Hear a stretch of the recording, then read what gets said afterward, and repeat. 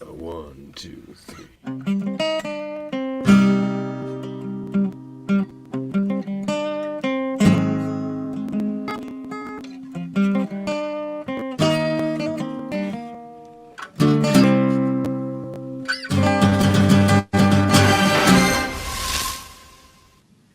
Hey, welcome to X-Rated, the X-Men Anime Review Show. My name is Andre Might, and joined as ever by my effervescent co-host Devin Scalehorn, and our guest Rick Hoberg. I mean, I could go through the laurels of his career. It's worked in many comics for Acclaim, Dark Horse, DC, Disney, Marvel, Malibu, Renegade. Bunch of work on pretty much everything. If you're of our age or a little younger, from our childhood, for cartoons. Incredible career that, of course, branched over with Pride of the X-Men and the X-Men animated series. So we're just very happy to have you on, Rick. Thanks for joining us. Thanks, I appreciate that. Oh man, I we're believe huge that fans. falls under Disney now. Actually, Andre. Yeah, it's true. I guess Pretty much, yeah. Yeah, Almost everything I did work and they now own, you know. Short of DC, but I mean the clock's ticking on Well, that there one. was I'm sure. so many years there when I was really one of those people who was getting so tired of Disney, and then they started, making. For me, it would have started with the Rescuers Down Under and Little Mermaid, and that's when I went, oh, now we're back where we should be, and they're building on that and getting Marvel and Star Wars and stuff. They are not only powerful in Hollywood, but they really have got all the best stuff. I never thought I'd be watching, the Disney Plus thing all the time, but I am because there's so many cool things on it. Yeah, I know. It's like the Simpsons are on it now. Like I think Seinfeld is. I don't know if it's on it yet, but it could be because it was through Fox. Like there's tons of stuff on there. It's crazy, crazy. I'm certainly looking forward to that new one, the Moon Knight, because this is a comic book I never read. I don't know anything about it, but it looks really awesome. Really, that one fell out of your when you were working for Marvel. You never got into Moon Knight. I quit reading comic books and just after I collected them, but I just wasn't really reading them after I became a professional, because it was not only I didn't want to be imitating anybody any more than I already was, and I just wanted it to be what I did. So, and that's hard to do when you're reading comics and you see something you really like, because I always liked Sienkiewicz's work, and that would be hard not to mimic, if you possibly could. Luckily, him and I are nothing alike artistically. Oh man, that's amazing. So where did you start, Rick? Like where did you grow up? I was lucky enough in my own hometown, which was Santa Ana, California, and Huntington Beach. Those were the two places I lived growing up. That I met Russ Manning via a guy who ran a comic book club, and Russ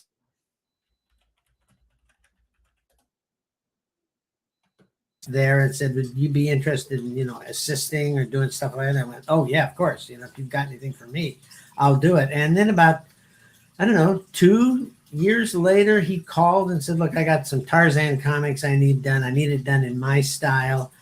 And Bill Ray and I drove up to his studio in Majeska Canyon, which was in the mountains behind Orange County. And we got the job basically because we were more than willing to mimic and or swipe everything we could of Russ Manning to get a job in business. And that's when Bill and I were very similar art-wise. We both had the same interests in a lot of ways.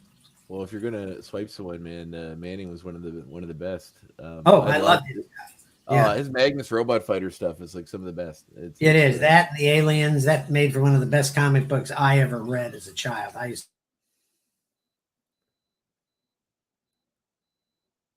to on film because it's perfect for right now. I mean, with Star Wars and all the other stuff.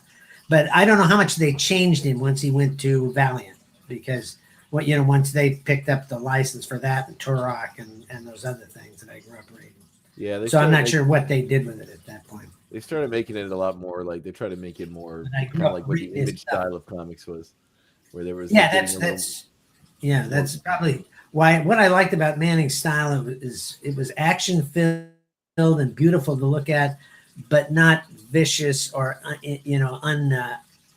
inhumane, basically, because a lot of things you will run across that came out of that era can be pretty hard on the human soul. There wasn't a lot of redemption. Well, when I was growing up reading comics, it was all you knew who the heroes and the villains were, and for me, that worked really well. Yeah, we often talk about this sort of dichotomy of how everything gets painted with a dark and gritty brush now, even the things that really shouldn't be, like, Superman or Captain America or some of these stalwarts of just good for the sake of good.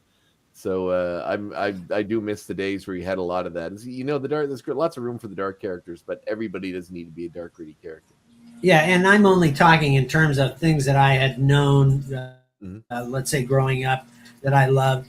For instance, the Batman is got to be one of the best superhero films I've ever seen. I was stunned by that film. I thought, wow, this is like watching The Godfather as a superhero epic. It was so well done, and so many great moments. That car chase between him and the Penguin. Oh man.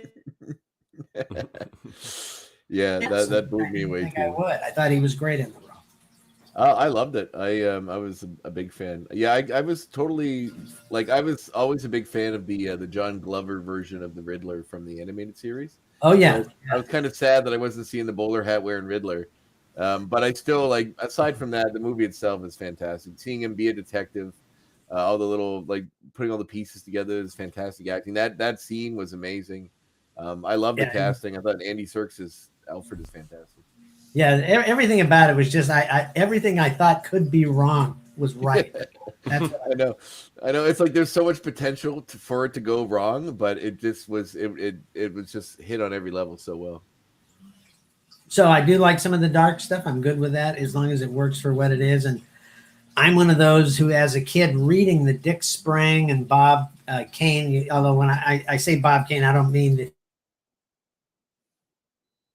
Those things were fun, but I had seen in stuff about comics this darker version where it began, where he used to carry a gun and shoot guys and stuff. Yeah. And so I always wanted to see that. And that returned when they started getting guys like Neil Adams and Irv Novick. I loved Irv's version of Batman because he could actually do it monthly. And it was really, really great stuff. Yeah. And that's the Batman I always wanted to see. And I was really happy with it. The one time that really was a gut punch to me was the Batman TV show. I so wanted that to be exciting and fun, and when they were making it a satire, I lost interest so fast. And as a kid, that was heartbreaking to me. I know a lot of people love it, but it's just a little too silly for me. I love the first two episodes, the Riddler episodes. Those were great. If the whole thing could have been like that.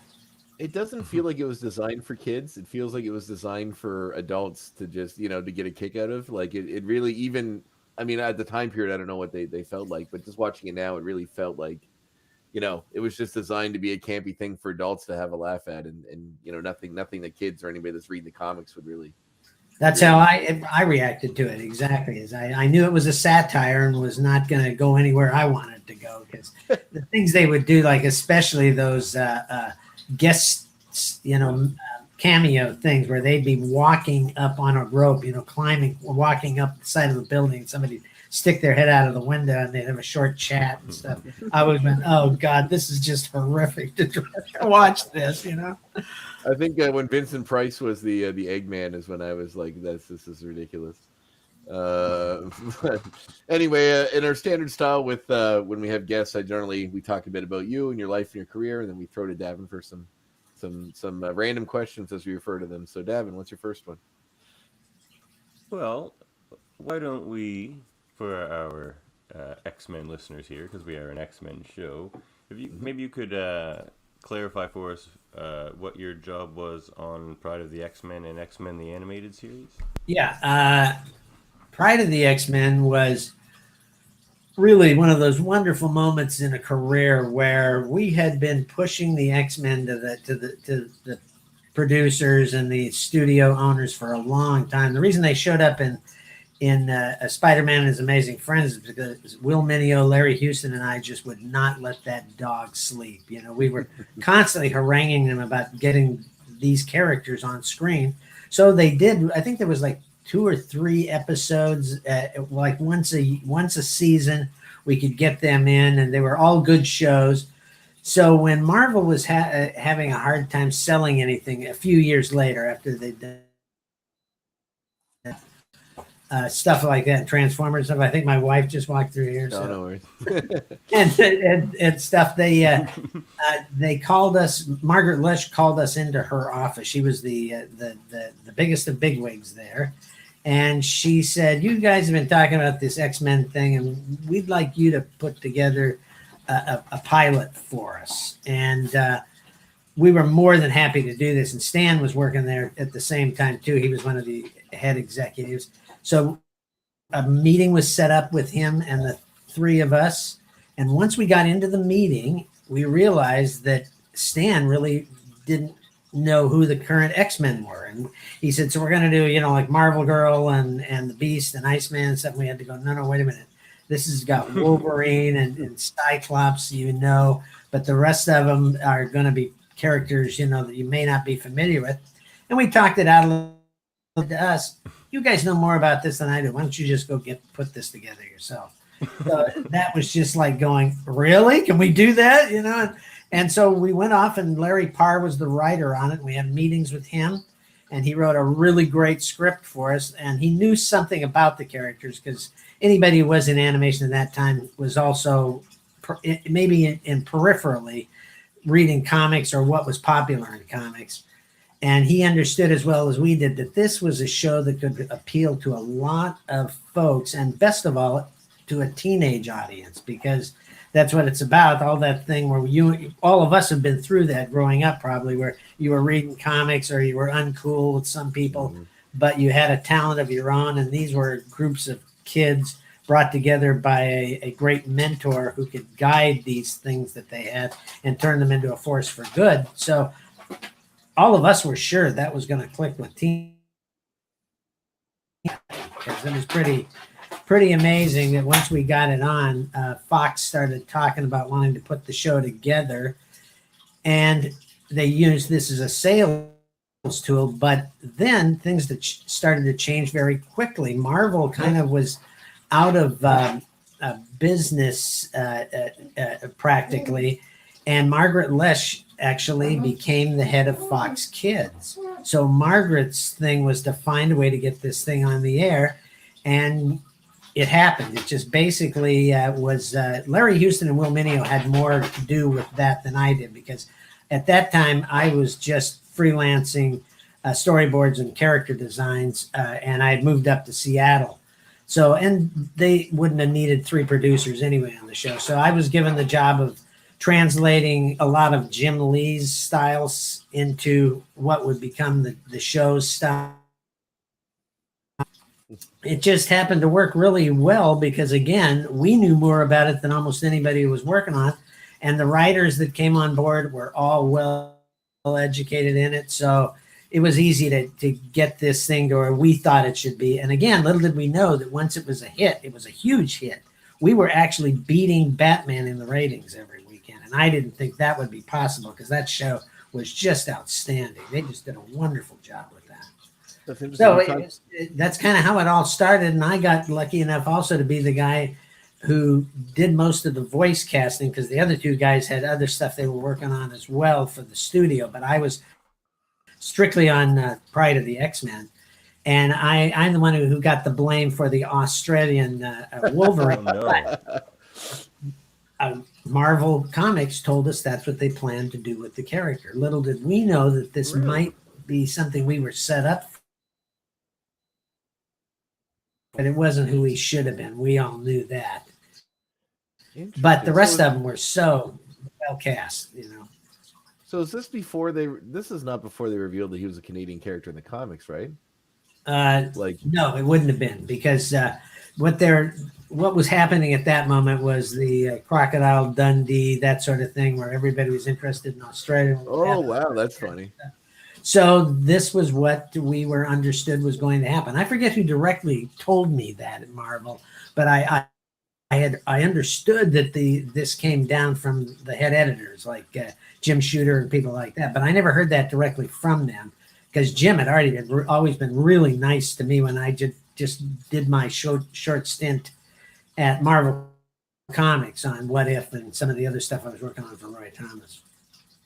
Yeah, So I was going to ask. it's one of those things that didn't work for us, but the whole show was so good and it was so well conceived, I thought, because our whole thinking there was that to get everybody drawn into this world of superheroes, you kind of needed a point of view, and Kitty Pryde worked perfect for that, because many of the shows and movies that I liked growing up were seen from a child's point of view. So you could create a hero that could actually be seen by a child as more than they actually were.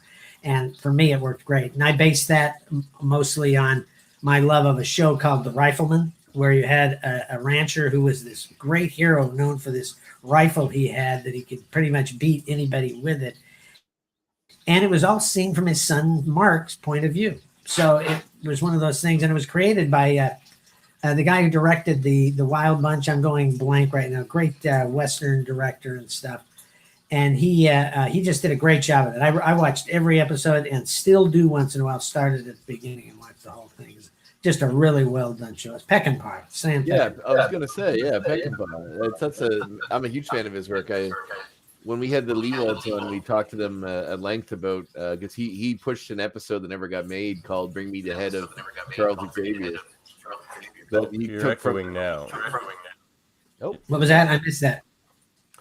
Oh, I just said when we talked to the Leewalds, they'd mentioned that he had pitched an idea for the show called "Bring Me the Head of Charles Xavier," which because he's a big fan of Peckinpah as well, and he wanted to do it's kind of a somewhat homage to that show with, I think it was Omega Red hunting Xavier. Oh, that's a great idea. I know. That. I was so like, oh man, that would have been amazing. We got away with murder on that show, literally, because it was after the great syndication revolution in the 80s when we finally were told, well, you don't have people shooting at each other and fist fighting and stuff like that. And we were like, really? We can do that now? Because we'd all come up through Filmation shows and me at Hanna-Barbera and Ruby Spears. And you couldn't even have anybody slugging each other. No swords were to be shown. That's one of the reasons that Thundar ended up with that lightsaber thing. Because that makes sense. So in the time between, like, when you, I mean, I guess we're on the X-Men train, so we'll stay on it. But when you were, the time between Pride of the X-Men, like when Pride of the X-Men didn't really make it as far as what you guys wanted to do, and you had that period in between when you're working on the follow-up, what we know as the X-Men animated show. Was it basically just it didn't get picked up and you guys went right to work on the next one, or was there like a gap period? Oh no, it was a couple of years at least after we finished Pride of the X-Men, maybe 4 or 5. At this point I'd actually have to go look at a timeline myself. Mm-hmm. That my bad memory at this point. Yeah, it was about 4. I think 89 was when Pride came out, I think. Yeah, it was well thought of, and everybody who saw it liked it, but nobody wanted to take a chance on it because superheroes weren't making a lot of money for anybody. I mean, the only really big, huge show for years was Super Friends. And it wasn't until this show came on and it had an immediate audience that just grew and grew and grew. And it was only stopped because of syndication rights and sales rights, which what I'm trying to get at is that once they had the amount of episodes they had in the can, that was all they needed to syndicate it. And so they basically just stopped there, and the thinking didn't go any further than that, which seems odd to me because you probably could have done another 4 or 5 years with that show on the air. Well, it was such a phenomenon culturally because, like, the comic itself, like Jim Lee's comic, when they brought it in with the version that, went on to be on the show.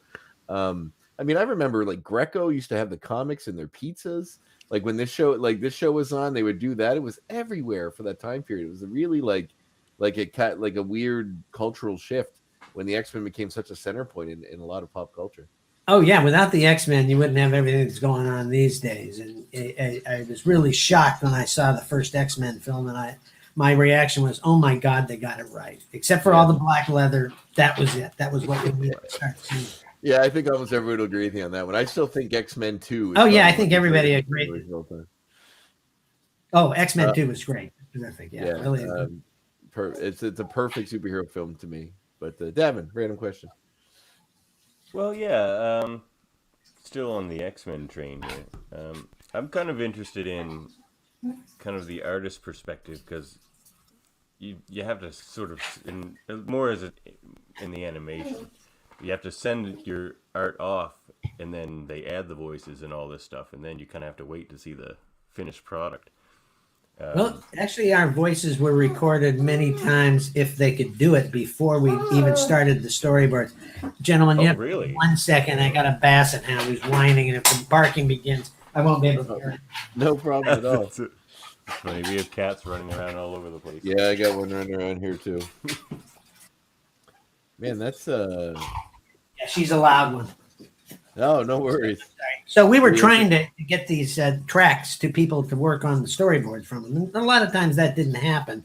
But by the time that they were directing it, that is doing timing and stuff on it before it went overseas, they were trying as good as they could in the time they had to sync these things up before they went over, because we were doing really detailed storyboards on that show. Really, we tried to make everything on model if possible, because that was trace them and they'd get everything as close as they could to get it right, because they worked those kids in the Korean studios to death. Let me tell you, I did a little directing over there during the 80s, and I was shocked at how many of them couldn't even go home during the week. They would just be working. They'd sleep at their desks. They'd come in and clean up in the bathrooms and go back to work.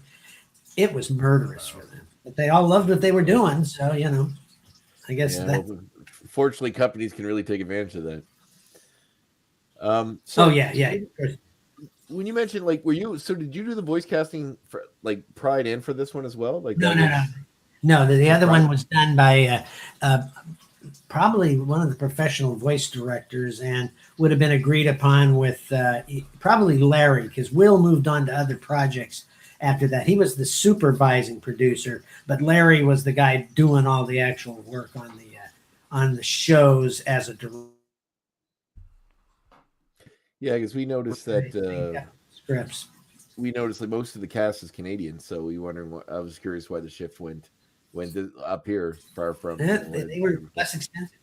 Yeah, they were less expensive. They're good actors, but they just that was the reason they were doing it. Any way to save some money so that you could put it back into the project elsewhere is kind of the thinking.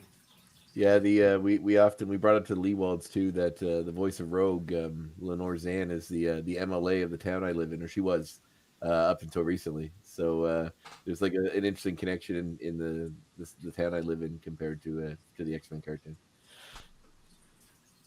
Well, I liked a lot of them. I thought they were really good. Yeah, and they got the Wolverine right with that one, using the playoff on the Clint Eastwood voice, which was always the voice I liked. The voice that they used for Boba Fett when he first showed up in Empire Strikes Back. Yeah, was it Jason Wintergreen did that voice in the original? That was his name. Yeah, I'd have to go back and look myself. He was on. I remember he was on Archie Bunker. He was like one of Archie's friends at the bar. I always thought that was an interesting connection to Star Wars. Oh, that's interesting. I never paid any attention. I watched All in the Family, but you're talking about Archie Bunker's place, I think. I think he was on both, but I can't remember what his character's name was offhand. But I wouldn't have been paying as much attention. I do these days because I'm a real fan of actors, and especially going back into the 30s, 40s, and 50s. I just love that period of filmmaking. It's some beautiful stuff. I've been on a bit of a rabbit hole with that myself. My favorite movie is The Adventures of Robin Hood. I can watch it over and over again. I've still got you when I taped it last week. The Errol Flynn one. Oh, yeah. Amazing. That's the best one. That's just brilliant. Oh, that's fantastic. That's a great. I've been. So that was that. So the casting on that would have been done by one of the casting directors. Job it actually was, rather than the storyboard guy. Yeah, that's still cool that you got to pick that for part of the X-Men. Oh, it was fun. Yeah, fun. Was it like you mentioned you had a bit of a love for Kitty Pryde? Was it was it not a sore spot, but were you disappointed that you couldn't use her in the newer series? I thought it was sad, but the X-Men was always a book where people were being placed or new characters were coming in while other ones were leaving.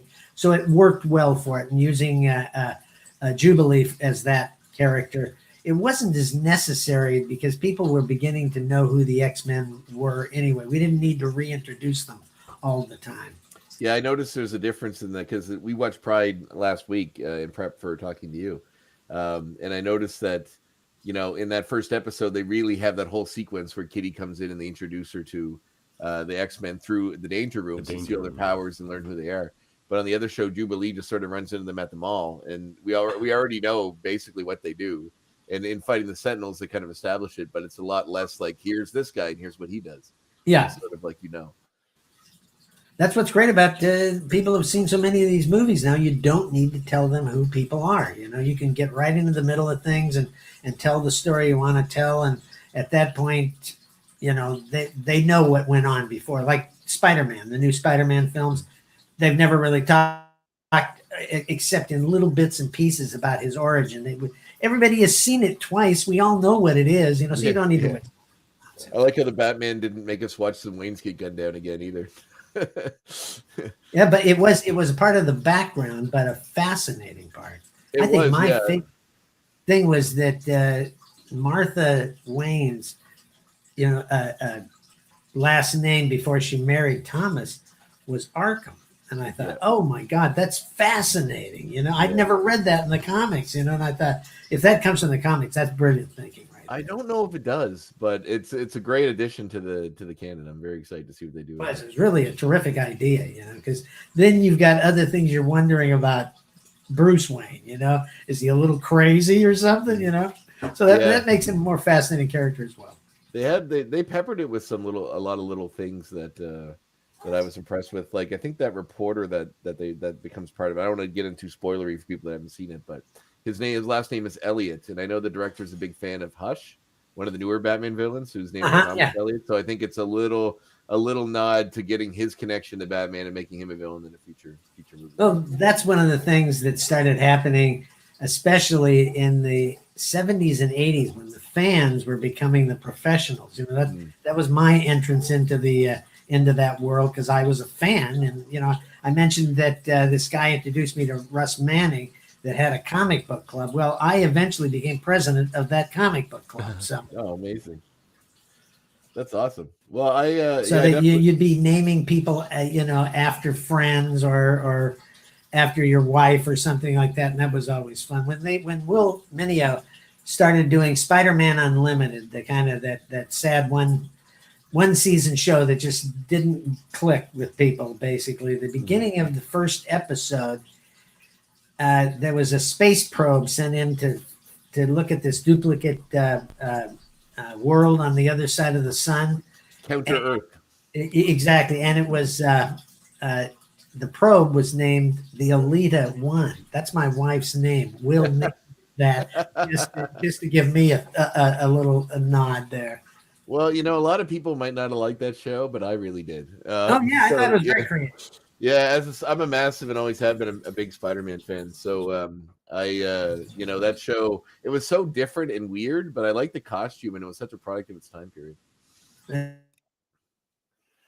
Davin, you got killing himself on that show. Another question, Davin? Oh, sure.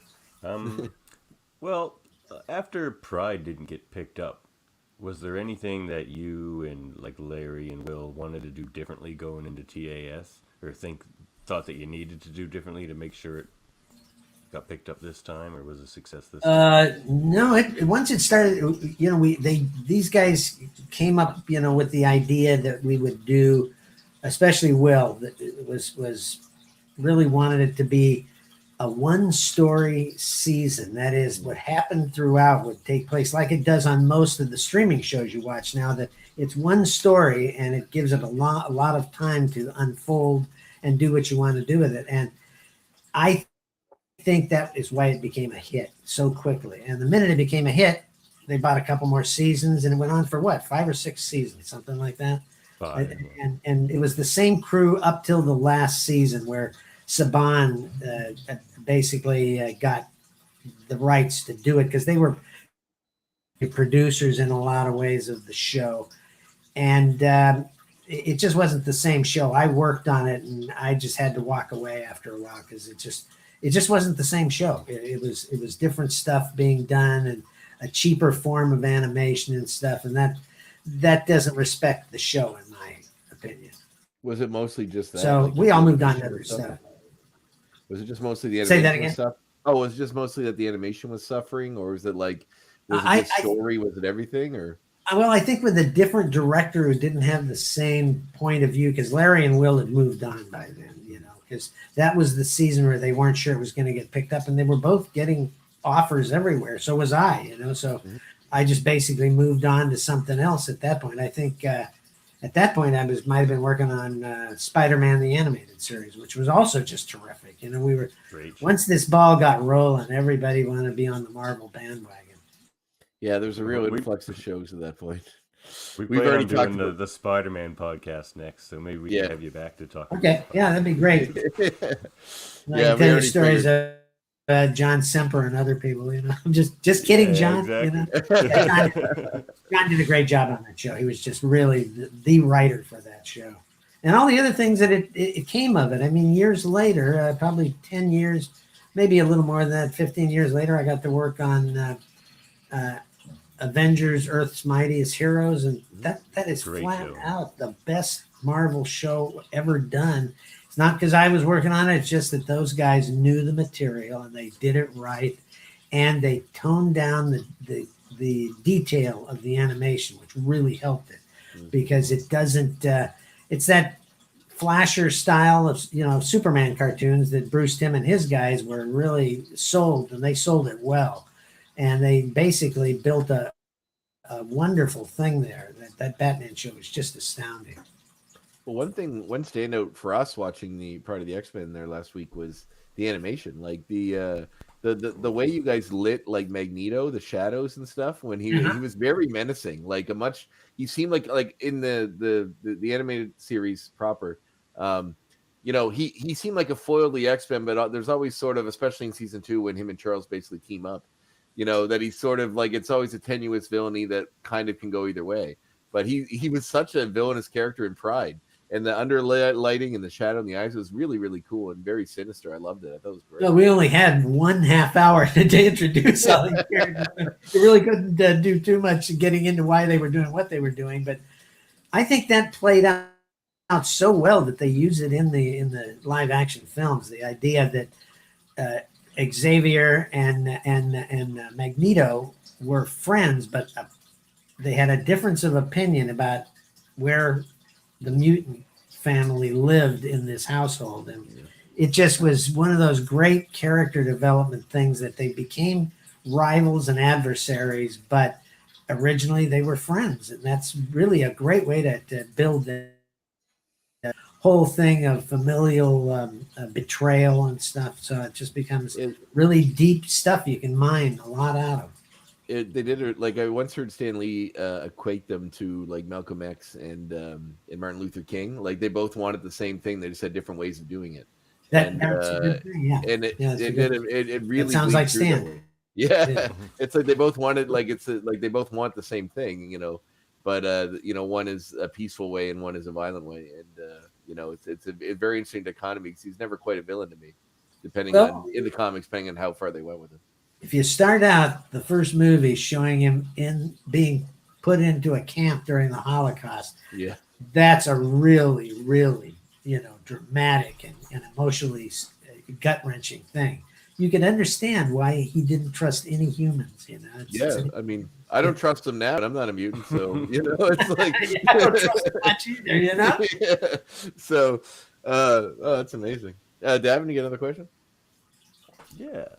Do you have a favorite character to draw, or even a favorite? It's Cyclops, because Cyclops is just a great leader character, and that's actually his power. He's good with his his eye blasts and stuff, but he's a true leader. Who followed Xavier's example, like a son and a father, which they kind of were, son and father characters.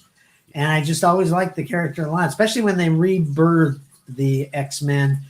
And you had Storm and Colossus and Wolverine and I think Banshee was in it originally and stuff. That was just a wonderful thing to do, and to keep him as the leader that they had left, who wasn't going to leave Xavier's side. He's a great character. I like him a lot. Yeah, We're we big like his Cyclops depiction a fans. lot. Yeah, we both Yeah. are. It's funny because you think like he's not the cool character in the way that Wolverine is, this dark sort of, but he's like a good for the sake of good, like hero character that I really that has generally stayed that way, and I've always really liked that about him. Yeah, It's I a think great thing. that's what made the others work too. Like Wolverine, he could Yeah, just go off on it, and he did whatever he wanted to. Well, a guy like that can't lead a group of people. He may have been able to later when he in his other appearances, over the years. But yeah, Cyclops was the one who really held them together. yeah. Once he learns stuff and earns the right, but yeah, you're right. Like you need that character, otherwise the rest you need someone to keep the rest in line. You can have all these rule breakers, but you need someone that's a rule follower to make it, to bring some real resonance to that. And then both having the same girl to be in love with, that didn't sit too well with him. Yeah, we joke about that a lot, especially in season 2 when they do the whole like when he's just fighting, killing Cyclops in the danger room while they're getting married in the side of town. Like Wolverine is dealing with this weird psychotic feelings about Jean. So it's really we've always really enjoyed that dichotomy. We talked about a lot in the show.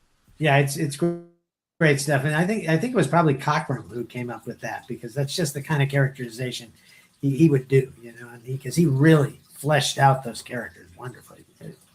He was with the X-Men for years. Mhm. Always amazed me how he kept being invited back to the dance, because that's a tough thing in comics, real tough thing. You can get burned out so easily. Well, he came up with that great Nightcrawler design as well. Yeah, it's beautiful. I love that part of the X-Men, especially how Kitty's introduction. She's so scared of him all the time, and she's pulling away from him and so grossed out by him. And then like he's like the most heroic at the end, that's willing to sacrifice himself to save everybody. And that's he realizes that he is, he's the best of them, really. And he's one of my favorites. Yeah, the character design wise, he's beautiful. It's so cool. Oh, I think yeah.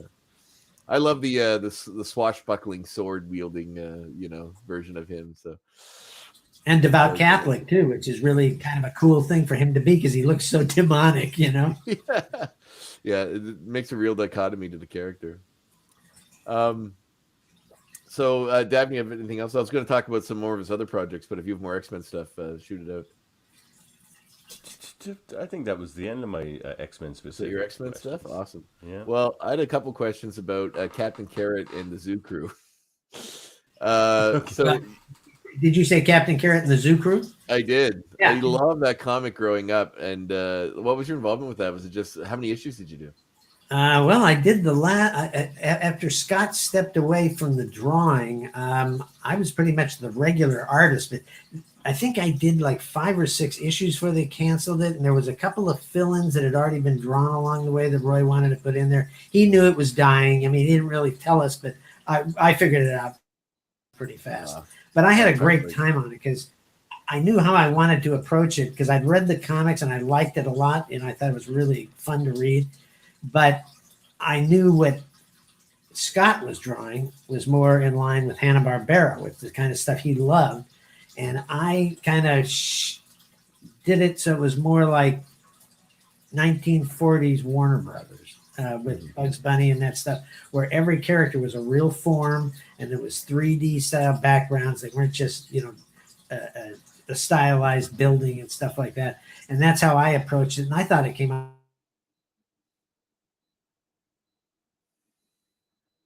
If we were going to sell it to animation, let's say, they're going to want something, I believe, that would give you the dynamics, and the dynamics are going to come from real things you can turn in a scene, that you can move and that look realistic. In the final thing, I have some other questions about some of your other work later, but one of my all-time favorite movie, and I often ask people what their favorite movies are, because it says a lot about someone to me. And like the fact that you love that Errol Flynn. The Adventures of Robin Hood. Yeah, it doesn't get any better for me. I love it. One of my favorites for a lot of reasons. So mine for nostalgia and for why I think it's a fantastic movie on a lot of levels, and I could talk about it all day. It's Who Framed Roger Rabbit.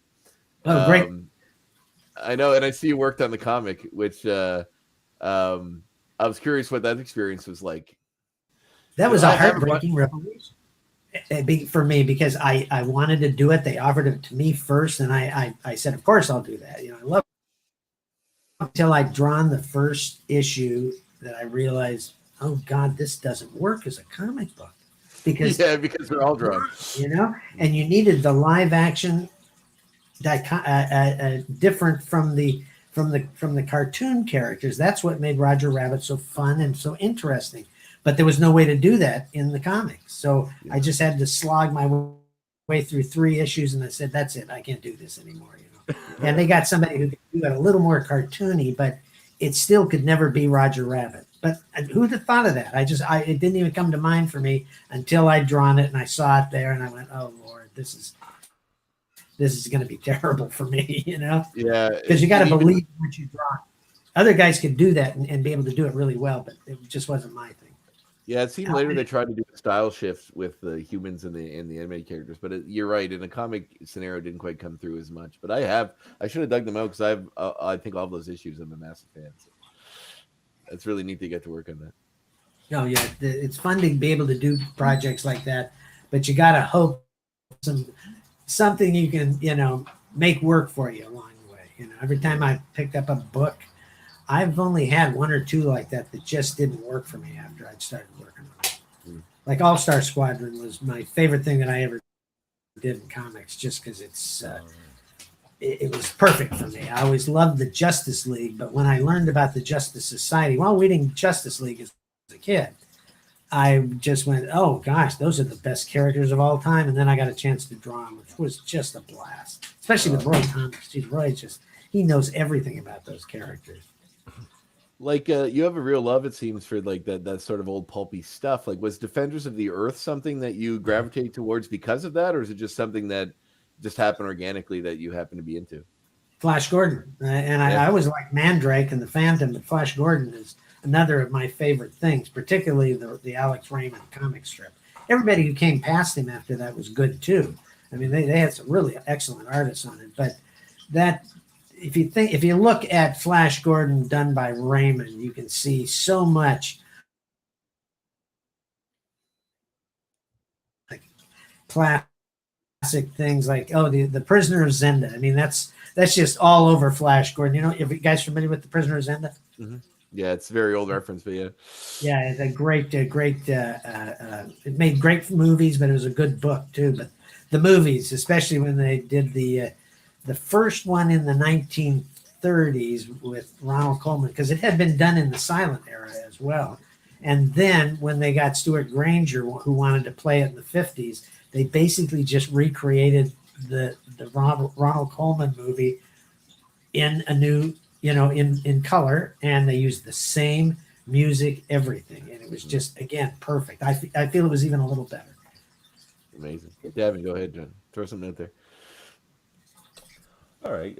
Do you have a preference between doing comics and animation, or it's like TV? No. If it'd be hard for me to make a decision at this point because I'm retired now. So, but back in the day, it was comics because that's what I always wanted to do, and I still had a lot of the energy to just devote my life and my and everything to drawing comics, because that's what it takes. It really does. You gotta want to do that, and you're going to be doing it even if you're fast like some of these guys, because that's another thing. I'm not fast. It takes me a day to do a full penciled page and maybe a little inking, and that's it. I can't keep up with anything else. You had a long stint on Green Arrow. Like, was there a lot of demand to speed up for that, or was it just that they gave you the time you needed to get through it?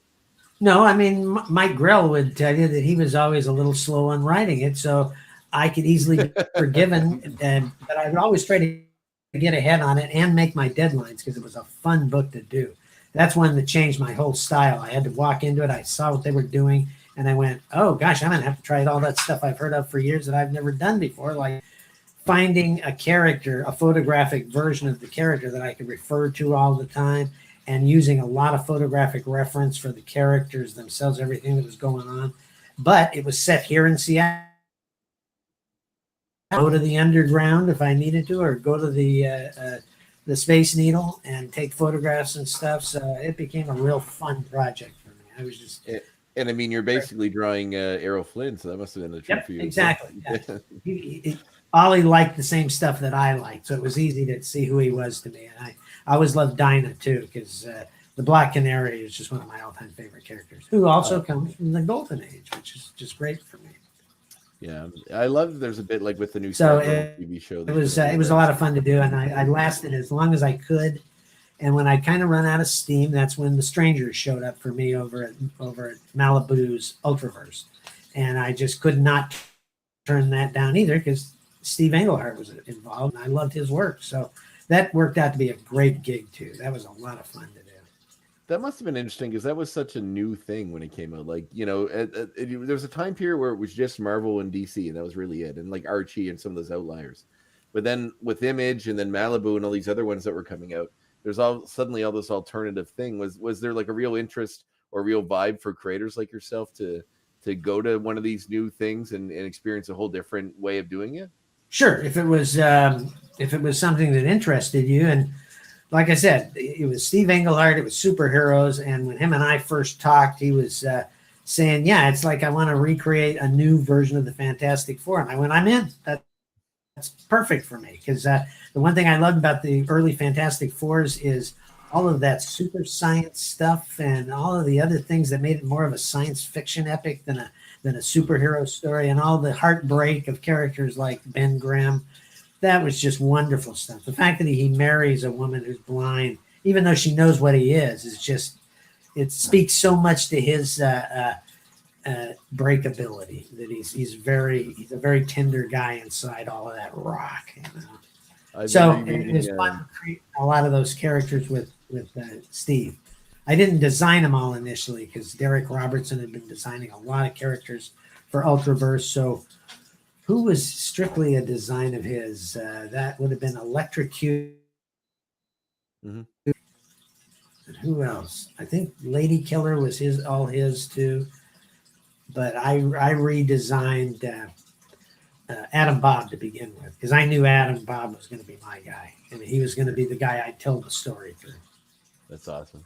That's cool, man. Those are some great characters, and it was a real vibe and a new, exciting new universe when it was coming out. That was, as a comic fan, was very exciting. No, I think Image started that. You know, when Image got started, it was such a huge hit, and then all the other comics like X-Men and stuff started selling like crazy numbers, just nuts. I had the one best-selling book at Ultraverse when it first started, because everything started to fall off once you got past that. But my first issue sold 350,000 copies, and it was like, what? I'd hardly ever been out of the 40s over at DC Comics. Jeez. But I liked animation. I'm glad it was there in the end, because once I got let go on at Ultraverse, because literally that one day came where they'd sold it to Marvel, and they just called all of us and said, stop working now. We'll pay you for the whole thing. But so that was heartbreaking. And my wife, who you saw walk through here twice, was worried about where I was going to get my next gig. And I went, sweetie, I just want to let it sit for a few days to a week, and then I'll start hunting around. But within 2 days, everybody in LA that I used to work with knew I was free. And Will Mineo called and says, hey, want to get back to work on this stuff? And I went, I'm there. So it didn't last more than 2 days, something like that. Oh, wow. Well, that's awesome that you could you have such a, grown such a community that you can jump on like that. Oh, I think we all do in that industry. And we all have a group of guys and gals that we worked with, and with Will and Larry around, those guys were always producing stuff. So it's perfect for me, because I'm basically a storyboard guy. And it was a good way also to end my career, because I spent, at that point, I'd been in and out of animation for about 10 years, and I put another 15 in, and by then I was vested with the union, and I retired with a pension and my work coming in, but I don't really want a regular job again. Yeah. I'm done. Well, I'm tired. Well, when you moved, because you did some live action stuff too, right? Like, was that all storyboard? Yeah, it was on mostly Jean-Claude Van Damme projects. I was going to bring this out because I noticed you worked on the TV show. The worst movie in the world, practically. I won't even bother to tell you what I storyboarded on it, but Van Damme was a great guy. He was Yeah? terrific. He was really a sweetheart. He literally, the director basically was ignoring me because he was one of those guys that didn't want people to know he had a storyboard guy visualizing for him. And that was quite common back in those days. It's so good to have one though. Like it saves you so much time in filming. Like you know what the shot is, you film it, you move on. Like it's so much better. Yeah, but So in much that better. stage, we were all working for Canon Films, which was pretty much the lower rung of the cinema tree. I think they topped out with He-Man. I think that was where it ended. Yeah, exactly. Yeah. I still watch that movie. I like that movie. It's fun. It's strictly a B movie. I know it just like everybody else does, but I just loved everybody they cast in it, and I thought it was really a lot of fun. Yeah, there's a script writer I listen to a podcast he does, Josh Olson, who worked with Canon early on in his career, mainly just doing behind the scenes stuff, and he talks about that movie every once in a while and how fun it was to work on. We lost him for a minute. Oh yeah, sorry. Just there's a guy that I follow a podcast of. He just talks about how much fun it was to work on that show a lot, or that movie rather a lot. Yeah, there's certain projects you get hold of because what I actually went into Canon for because this same director was doing these Jean-Claude Van Damme movies because Canon owned the rights to Spider-Man at that point. And the idea was that we would all just work on the Spider-Man, and I even got to storyboard some stuff for it. But it wasn't the Spider-Man I wanted to do, but it was Spider-Man, and he had the regular costume and stuff. But in this particular incarnation, he was fighting monsters. It was more of a horror film thing. But it was fun to design some of the stuff and play with the character and hope this was going to be the big Marvel breakthrough in the cinema. But it would have bombed. It would have been terrible. Oh yeah, I listened to a podcast called the best movies never made, and they talk about all these movies that didn't make it to or through production, and they did one on all those Spider-Man movies. Like I think that's so suspenseful when that happened. Yeah. Sorry, you went off for a minute. Sorry. I listened to this podcast called The Best Movies Never Made, and they talk about all these movies that didn't make it to or through production. And they did a big series on all those Spider-Man movies, the one where he's fighting the monsters, the James Cameron version that would have had Leonardo DiCaprio and Lance Henriksen as Electro. That would have been amazing. Like it just anything with Lance Henriksen would have been wonderful. Yeah. He would have been an amazing Electro, but the script was really weird. Really weird. Like he wasn't even. I don't think he was even Max Dillon. He was just called Electro. He had electric powers, and that was kind of it. But it was he had an interesting motivation. It was a cool script in a lot of different ways, and definitely would have turned James Cameron in a whole different way. But the other thing I wanted to ask you about, and I'll throw back to Davin, was the Stephen King miniseries. Did you storyboard that too? Yeah, that was a blast. That was a pure blast. They had me go up to Canada because we worked on it out of Vancouver, and beloved by everybody who was working on it, and the cast themselves were such great people. I really had a wonderful time around John Ritter. What a great guy he was, and everybody who was in it. Richard Thomas was good, but he was always really serious, as opposed to like Ritter and Annette O'Toole, who was just the I'm a short guy and she was much shorter than me, so she was like a doll, just this beautiful woman who was really a delightful person to be around. The whole thing was just great. Tim Curry kind of stayed away from the rest of us because he was the monster, basically. And it's still a great monster. I thought sure he might lose a little luster of that when the new movies came out. And the first one was great. They just did a nice job with it. Yeah. But that TV miniseries is still the beloved version, basically. Yeah, I often say I like the new movies. The first one was very, very good. The second one was okay, but not nearly as good. But they went off the rails on the end of that. Yeah. Well, I'm still hoping for the giant space turtle. We didn't get it in either version, but I was hoping. But they mentioned it, which was they did mention it, which was nice. But I always say Tim Curry's Pennywise kind of looks like a real clown, like you might see at a party somewhere. Right. And the new one just kind of looks like something trying to look like a clown, but not quite pulling it off, which is kind of disturbing in a way too. It was always horrific. Yeah. Whenever you saw him, oh God, what's it going to be now? Yeah, I know, yeah. But Curry's version is so he's such a charismatic guy in general that you can't help but like it. Oh, I always loved him. Everything he did, I always loved Tim Curry. I'm sorry that he had it was a stroke he had, I believe. Yeah. Sideline. Yeah. He's still doing conventions and stuff, but he can't. He's wheelchair bound, I think, and can't move a lot. Yeah, exactly. So, yeah. But it was Hey, a Devin, good thing to work on. And again, it was one of those things that I'd read the book and it was my favorite Stephen King book. I just loved it. So when they said, "Do you want to do this?" I just went, yeah, I'll be up there. See you on Tuesday. You know? Did you get to meet King? Was he around at all? No, he wasn't around for anything. Oh, that's a shame. That, no. And the director on it, Tommy Lee Wallace, had done a number of live action things for films. And he was just really a wonderful guy to be around. He would drive me into work every day so that we didn't have to take two cars, and we were staying at the same hotel.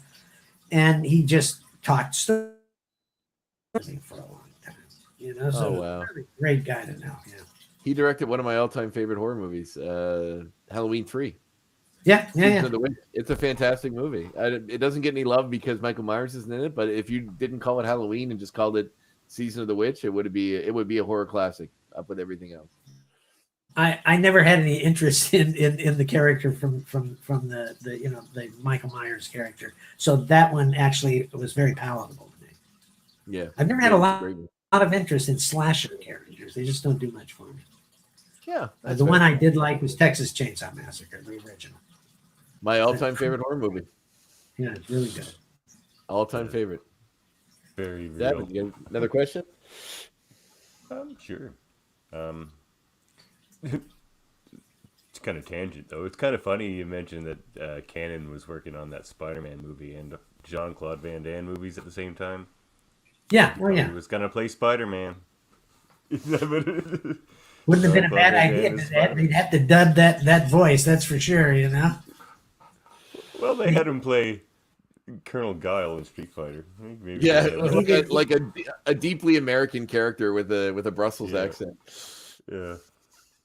But you dub a guy's voice unless the guy dubbing it is so good and/or has a mask on like Darth Vader. Yeah, that's the only way it works. That works great. He just never says anything when he's Peter. He only talks as Spider-Man.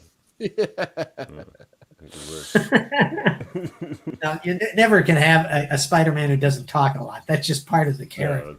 I'm always pointing out to people that want to talk about the difference between drawing comics, drawing comics and storyboards. And for me, it's about time. You know, it's a matter of, in comics, time is not a reality happening, and Spider-Man is a good is a good example of that, because he could be saying three different things while he's flying over some guy's head in a scene, and that's okay in comics. You accept that, but it's not reality at all, because if you have to time that out, that's got to be 4 or 5 different cuts before all those things he's saying can actually get into dialogue on the moving screen, basically. So that's the one big example. And the guy who got it right with Spider-Man was Sam Raimi. I mean, he just did a wonderful. I liked the first movie, but that second one just wow, nice. So I'm so glad that they brought Alfred Molina back to play him in that most recent Spider.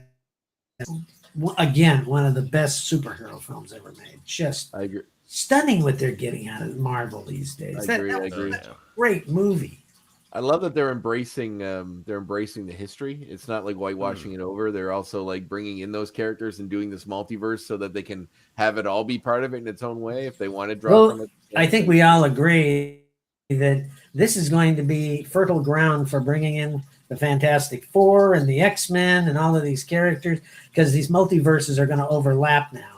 And that's been around with what in comics for so long. That's where we got the Justice Society meeting Justice League from, is parallel universes. And now everybody's doing it, you know. Every TV show's got it happening, you know, any superhero, or they've done it in Star Trek, the Star Trek Discovery. So I think that's great. I think that's wonderful. It's fantastic. I mean, I really can't wait for, like, as far as the Marvel stuff goes, in my opinion, they can do no wrong for the most part. I've loved everything. And like even the stuff that most people haven't really liked, I still really, really like. But even when it's not a great film. You know, like the last 2 Iron Man films were just, you could throw them away and still have the same universe, basically. Yeah, they're still fun, but they're not, you know, but as far as you hold it up to some of the top benchmark stuff.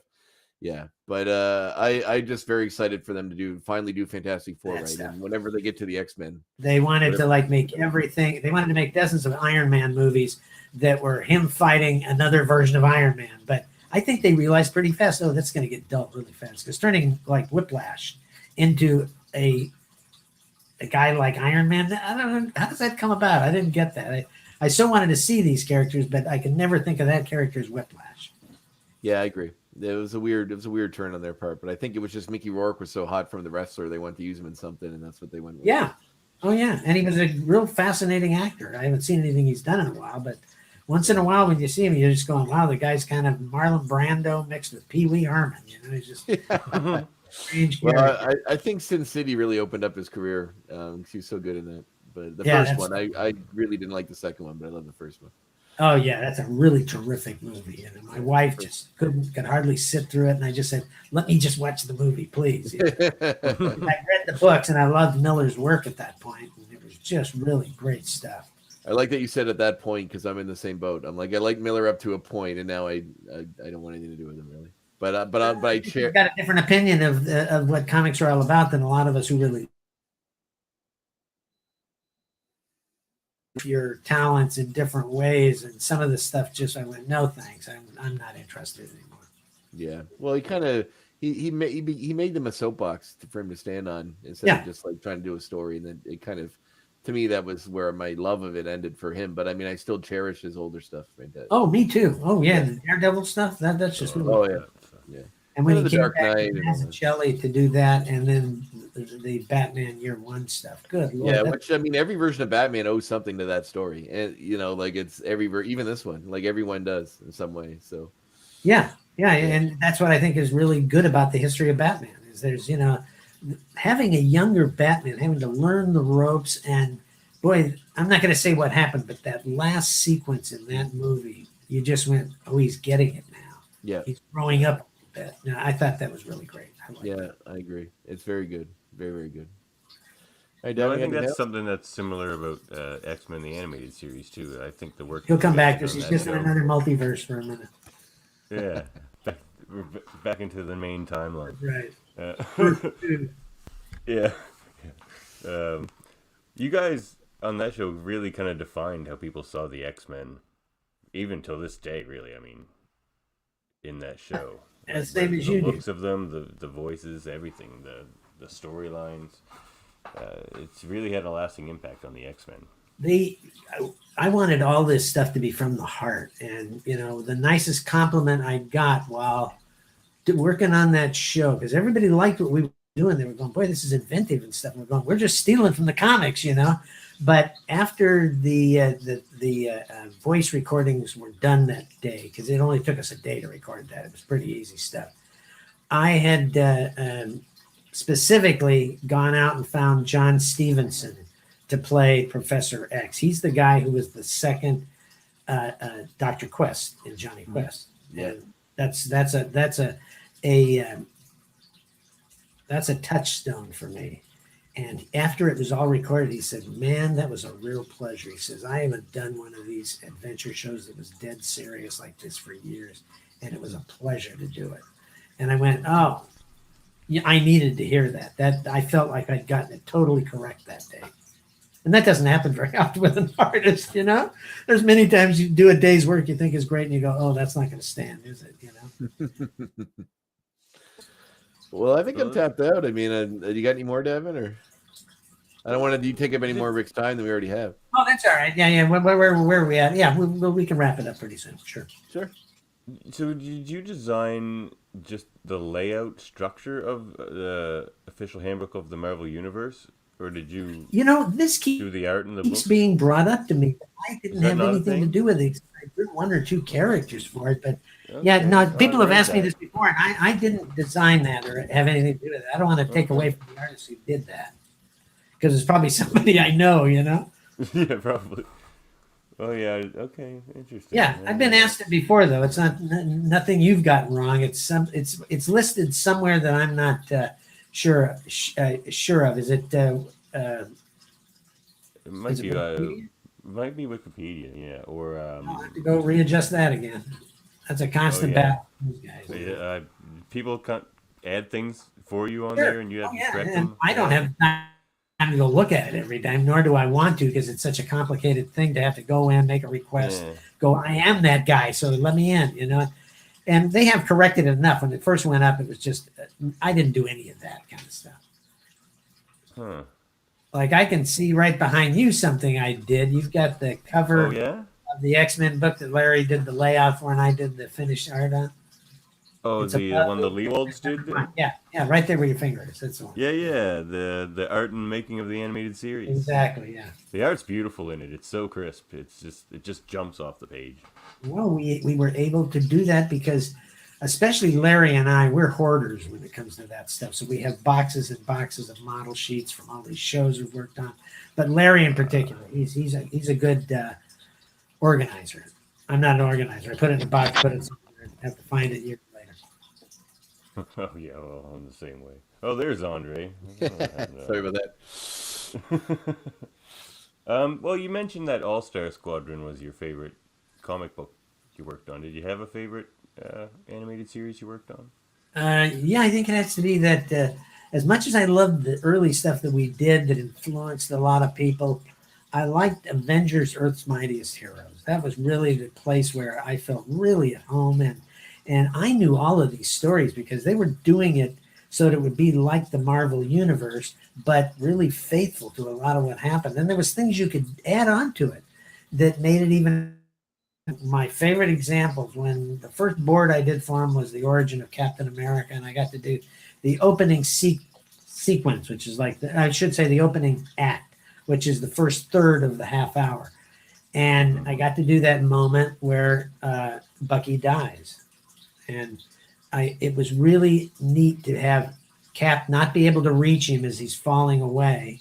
And Bucky just salutes him, and I really always wanted to add that salute, and it happened just before it explodes. And I just thought that's how it Bucky. must be interesting getting to redo these classic comic book or animated moments. Well, it's pretty much the same thing as what happens in the comics, but it just adds a little richness to their relationship because that kid, Cap, was his dad, basically. Do you find it like I wouldn't say taint because that's a strong word, but like when you have these stories, like at that point when you did that story, Bucky was still dead, and and had been this character who had died to propel Captain America to the hero, and then eventually, of course, the comics, like everything does, nobody stays dead, and they bring him back and give him this dark origin story to make him the Winter Soldier and all that. Like, do you feel like that takes something away from it if you let it go too long and they bring all the stuff back, or is it just sort of no? Because I knew that was going to happen. I had actually had some stuff with Stefano Guadiano over Lee Weeks. I mean, not bad work if you get it. And I got to work on the Winter Soldier, so I knew all about him when we were doing it. But I wanted it. I thought that's a great way to revive Bucky. That's just terrific, and he's turned into a wonderful character. Story. Yeah, and just like the wealth. I'm sorry. Oh, the wealth has come from it. Like, obviously that's the version we got in the Marvel movies, and that's. He gets his own Marvel series. He's going to be a part of the Marvel Universe for years to come, probably. Oh, let's hope so. I love the guy. I think he's a great actor, too. And in this thing about him looking so much like Mark Hamill. Yeah. I mean, even I have to say, boy, it would have been fun to see if they could try that one time because you put them side by side, they look very close to each other. But once I saw the Luke show up in that show, Who Shall Not Be Named, at that point, I thought, oh, they're doing this right now. They're doing it so right. And what was recently that was they did that with a character in some movie. I can't think who it was, and they had to, do a CGI over him, and it was perfect. It was just like, oh my God, they're getting this. Oh, in the new Picard show, they did that with Q. Yeah. They that moment with Luke Skywalker was just like perfection. It was. Yeah. The ones that especially on the new show when he shows up again, but the ones that impressed me the most was Michael Douglas in Ant-Man when they show him. Oh, that was great. Yeah. I couldn't believe it. I was like, how did they get this footage of Michael Douglas when he was in his 30s? It was amazing. And the young Robert Downey Jr. they used for Iron Man 3 was. Oh, I think this stuff is all great. Yeah, I like the age we're living in for these sorts of things, and I don't feel it's any kind of a cheat or anything in that way. This is how cinema has progressed, and this is where we are now. And if you use your powers for good, you're all right with me. It's when you use them for evil and just try to make some crappy looking thing, it just doesn't work at all for that. Yeah, But I mean, I think it just enhances. he does story. what they do. Set the bar high. Yeah, awesome. Very cool. So, I have one other question for you. So, yeah, the one thing that kind of shines through, especially talking about Earth's Mightiest Heroes, because you could really, that's a cartoon that you could really tell that there's a love from the creators for the series, and X-Men felt the same way. Like, you guys obviously were all fans, and and brought all that to the table because there's a real love and appreciation for the characters, and I'm really happy that folks like you got to work on these projects and breathe real life. As someone who's been a lifelong comic fan, and I'm usually pretty forgiving when series make changes, to try to appeal to everybody. But it's nice when people feel like they don't have to, and they really honor the subject matter and the source material and make this beautiful thing. Yeah, and many of the people that I've ended up working with over the years, like when I mentioned I was at Microsoft, I was working on Halo. I was the cinematic story artist on Halo for 4 and 5. Holy crap! And I was amazed how many of these guys who were working over there were fans of mine. Here I am watching these guys do this brilliant animation. They're all going, yeah, but what you do, this is what got us interested. And I'm going, wow, there's a legacy here that I just really hadn't realized, because I worked at home for years as a freelance storyboard artist and comic book artist. And I didn't know the world was changing like that, but it did, and for the better for guys like me, that's for sure. But it was fun because, I learned a lot from them. They learned from me. And that's the kind of job I love having, when everybody's, focused on one thing, but we're all contributing different parts of our talents to it. Yeah, and making a beautiful thing. Before we go, we should probably ask you, do you have any thoughts on the reboot, the X-Men 97?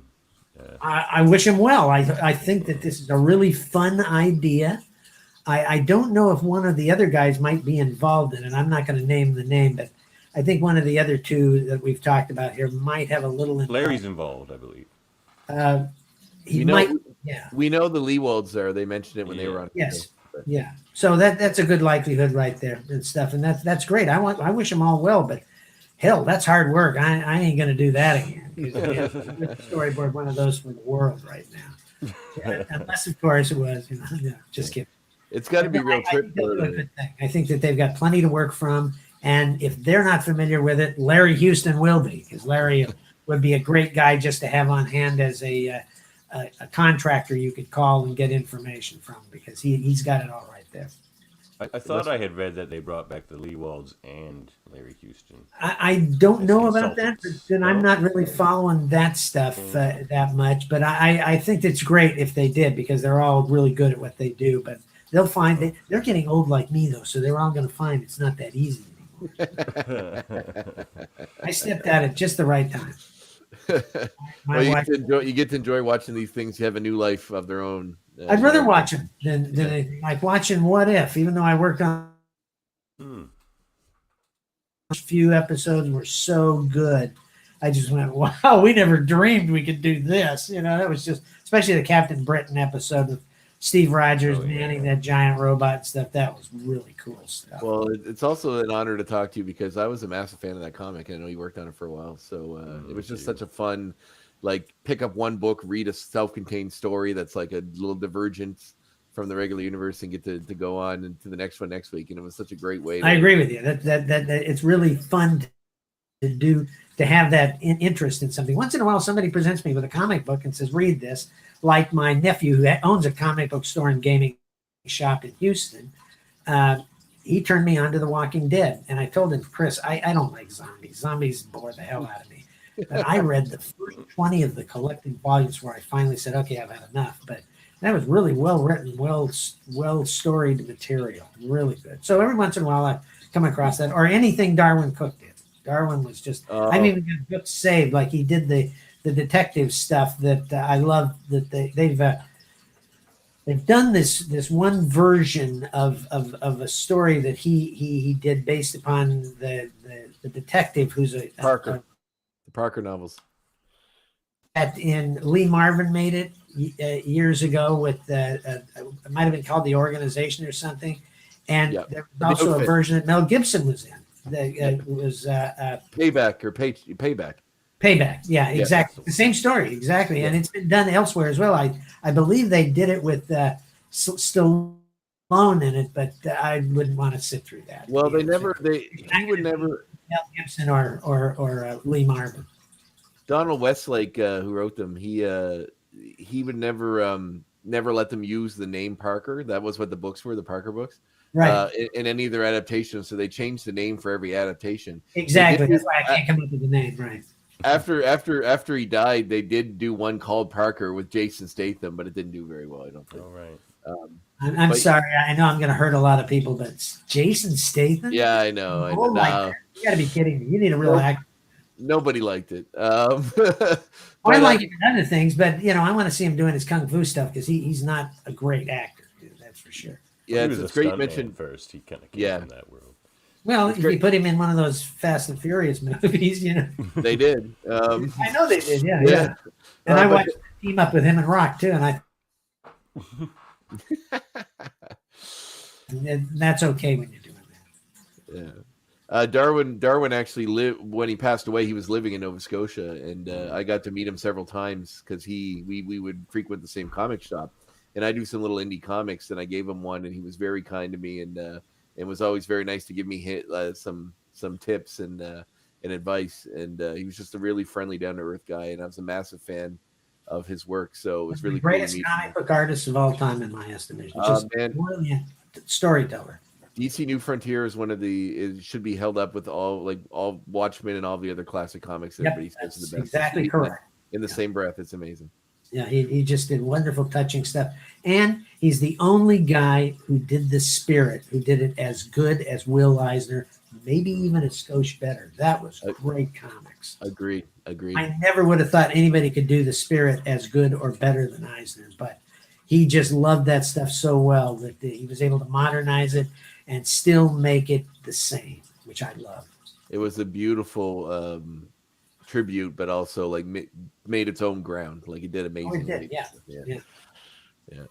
All right. Well, listen. Let's wrap it up, gentlemen. All right. Sounds good. Well, thank you so much, Rick, for being on the show, man. It's a pleasure. We can do this again if you want sometime. Absolutely. Awesome. We will. Well, as we progress, we're watching the show in sequential order. So we're only on was it Devin episode season 2, episode 4. Yeah, so we took a break to watch Pride of the X-Men, and then I have our interview with you. But we're back with season 5 or episode 4 next week. So that's great. So I'm sure a little further down the line, once we get some more episodes under our belt, we'll have you back on. That'd be amazing.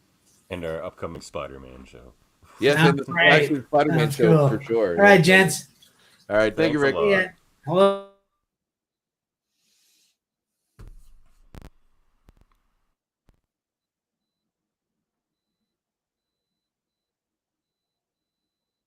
I think that froze up, so let's get out of here. Everything's 1, 2, 3.